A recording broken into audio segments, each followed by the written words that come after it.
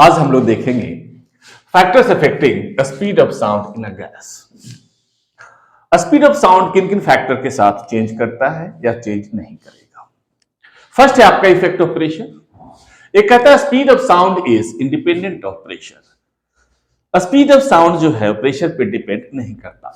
आप जानते हैं speed of sound v is equal to gamma p upon rho under root, where gamma is the ratio of cp and cv। यहां से देखने में लगता है कि प्रेशर के साथ speed of sound directly proportional है, लेकिन ऐसा नहीं है।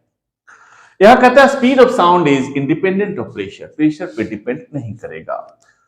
कोई भी इक्वेशन में किसी के साथ प्रोपोर्शनल एंटी प्रोपोर्शनल तब होता है जब दो वेरिएबल को छोड़कर सारे टर्म कांस्टेंट हो। यहां आप देखते हैं कि प्रेशर पे क्यों नहीं डिपेंड करेगा। सपोज कोई कंटेनर में हम गैस लेते हैं। इनिशियली सपोज यहां तक आपका गैस है, इसमें सपोज आपका प्रेशर है P और डेंसिटी है रो। अगर इस पिस्टन को हम नीचे की तरफ पुश करते हैं, सपोज यहां तक ले आए, तो प्रेशर भी बढ़ जाएगा। Pressure becomes twice P, correspondingly density भी इसका ट्वाइस रो हो जाएगा। या हम पिस्टन को एक्सपैंड करते हैं, सपोज यहां से यहां तक ले गए, तो प्रेशर घट जाएगा गैस का P/2, तो डेंसिटी भी घट जाएगा। तो आप देख रहे हैं कि P/2 सॉरी या P बाई रो या ट्वाइस P अपॉन ट्वाइस रो, या आप ऐसा कर सकते हैं P/2 divided by rho by 2। ये सारा टर्म क्या है? कांस्टेंट है। गेटिंग इट ना? हमेशा प्रेशर चेंज कर रहा है तो कॉरस्पॉन्डिंगली डेंसिटी भी चेंज कर जाएगा। So gamma is constant for a gas, P upon row is constant, तो डिपेंड किस पे करेगा। ठीक, सेकंड देखते हैं effect of density. Speed of sound increases with density and vice versa. यहां से आपको लग सकता है कि जब प्रेशर पे डिपेंड नहीं करता तो डेंसिटी पे भी डिपेंड नहीं करता, कर सकता है, लेकिन ऐसा नहीं है। फिर देखना पड़ेगा वही कौन सा टर्म कांस्टेंट है, कौन सा टर्म वेरी कर रहा है। जैसे अगेन सपोज कोई हम कंटेनर लेते हैं, कोई कंटेनर में यहां तक गैस है, आपका इक्वेशन है ये v is equal to gamma p upon rho multiplied by under root. ठीक, इस केस में अगर हम देखें तो गैस सपोज यहां से यहां तक है, राइट। अब ऐसा हो सकता है कि सपोज डायटोमिक ले लिए हम कोई मॉलिक्यूल्स, डायटोमिक N2 भी हो सकता है, H2 भी हो सकता है, CO भी हो सकता है, क्लियर। और सबका गामा कांस्टेंट है, और सेम प्रेशर भी ले सकते हैं कोई भी गैस का, सेम प्रेशर पे कोई गैस ले सकते हैं आप। तो इस केस में डायटोमिक गैस के लिए gamma is constant, pressure is constant, तो डेंसिटी का इनवर्सली प्रोपोर्शनल होगा। Next, effect of humidity. Speed of sound increases with increase in humidity. कैसे? सपोज ऐसा कंसीडर करते हैं कोई कंटेनर है, सपोज कंटेनर में यहां तक, सपोज इनक्लोज्ड मान लीजिए, यहां तक गैस है, पूरा सराउंडिंग आप ले सकते हैं, क्लियर ना? इतने गैस मॉलिक्यूल्स हैं, राइट। बात गैस की हो रही है। अगर ह्यूमिडिटी आ गया, कुछ वाटर कंटेंट आ जाएंगे, तो सपोज यहां पहले जो गैस मॉलिक्यूल्स था, यहां वाटर कंटेंट आ गया, तो गैस मॉलिक्यूल्स डिसअपीयर हो जाएंगे। यहां वाटर कंटेंट आएगा तो गैस मॉलिक्यूल्स डिसअपीयर हो जाएंगे। यहां वाटर कंटेंट आएगा तो गैस मॉलिक्यूल्स डिसअपीयर हो जाएंगे। यहां वाटर कंटेंट आएगा तो गैस मॉलिक्यूल्स डिसअपीयर हो जाएंगे। यहां अगर होगा तो गैस मॉलिक्यूल्स नहीं होगा, तो गैस मॉलिक्यूल्स क्या हो गया? इतना वॉल्यूम में घट गया, राइट ना? राइट। सो डेंसिटी गैस का घट गया तो स्पीड ऑफ साउंड क्या हो जाएगा? बढ़ जाएगा, क्लियर। या ऐसा भी कर सकते हैं, सॉलिड में स्पीड ऑफ साउंड ज्यादा होता है, लिक्विड में गैस से ज्यादा होता है, सॉलिड में लिक्विड से ज्यादा होता है, वहां से भी देख सकते हैं। Effect of temperature, numerical point of view से यही ज्यादा यूजफुल है। Speed of sound increases with increase in temperature. Speed of sound जो है v proportional to under root t होता है। कैसे?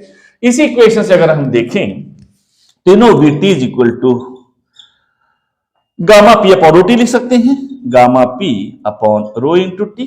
टी टेम्परेचर पे कितना होगा डेंसिटी गैस के लिए? इनिशियल v नॉट अगर मान लें तो gamma p upon row not, ऐसा ले लीजिए। अगर हम दोनों को डिवाइड करते हैं, C Vt upon we not is equal to rho not upon rho t under root, और rho not is to 1 plus alpha t होता ही है आपका। मींस डेंसिटी कोई गैस का क्या होता है? टेम्परेचर बढ़ाने से घटता है, तो इसका वैल्यू आता है 1 प्लस अल्फा टी। इस तरह से जानते ही आप, गैस में पढ़ा है आपने, ये अंडर रूट है।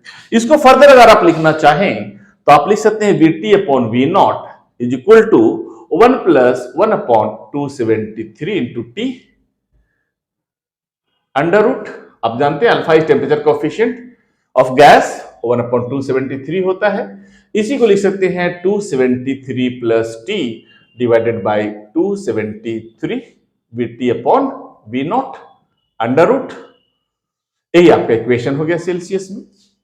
या आप इसको ऐसा भी लिख सकते हैं, इसको टी नॉट भी लिख सकते हैं, इतना ही होता है। केल्विन में लिखना चाहें तो VT upon we not is equal to T upon T naught under root, ऐसा होगा। Getting it? This is for any degree variation of temperature. अगर स्मॉल वेरिएशन ऑफ टेम्परेचर है तो एक और फॉर्मूला यहां से आप निकाल सकते हैं। For a small variation of temperature, for a small variation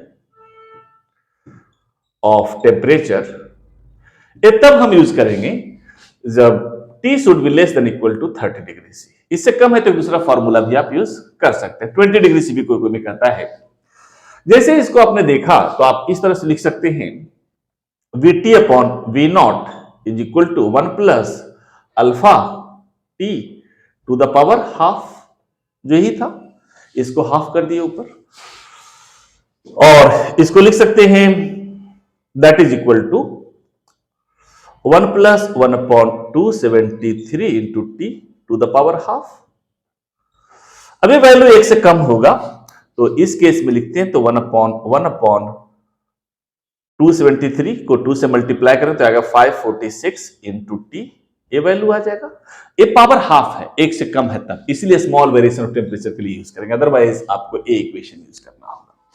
यह एक आपका Vt upon we naught, so लिख सकते हैं Vt is equal to V naught into 1 plus 1/546 into T.